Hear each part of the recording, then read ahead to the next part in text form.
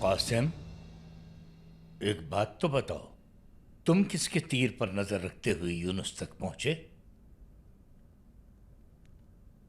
استغفر اللہ۔ تو پھر ہمیں کیسے معلوم ہوگا قاسم کہ کوئی کون ہے، کیا ہے؟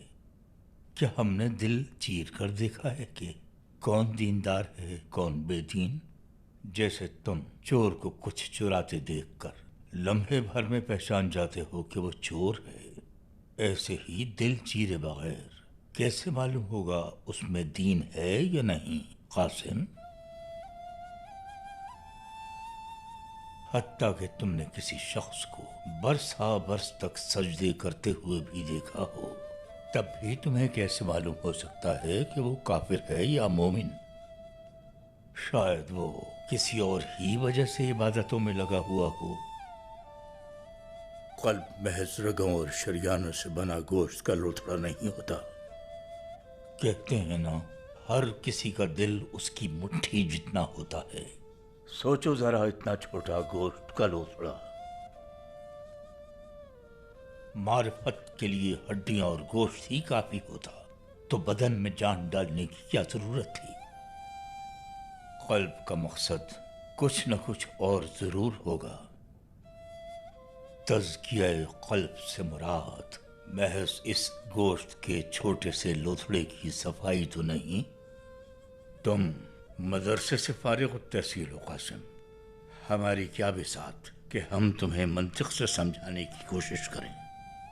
شرمندہ نہ کریں شیخ۔ حقیقت دراصل کس جگہ پائی جاتی ہے؟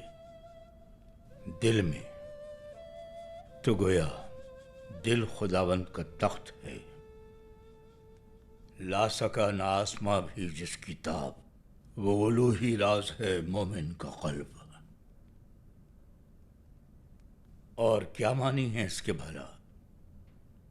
اگر دل رب العزت کا تخت ہے تو کسی اہل دل کو تکلیف دینا ایمان کے خلاف ہے۔ شریعت ایمان کی موجودگی ہی میں لاگو ہوتی ہے۔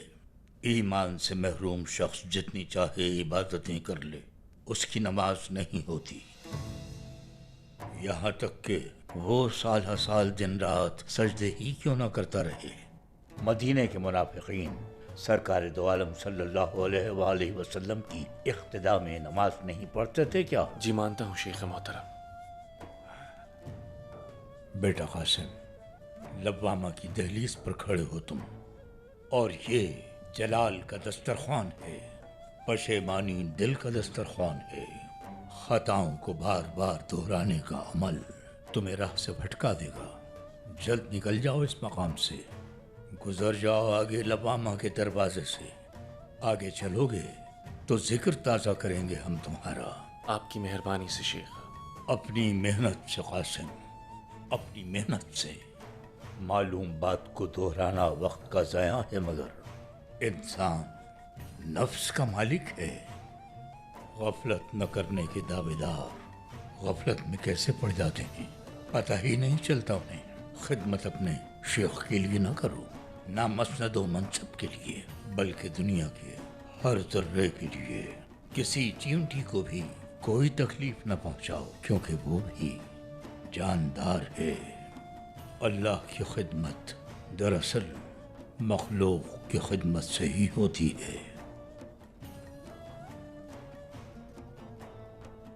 چلو قاسم، ٹھہرو مت اس مقام پر۔ آج کئی راز آشکار کیے ہیں ہم نے تم پر۔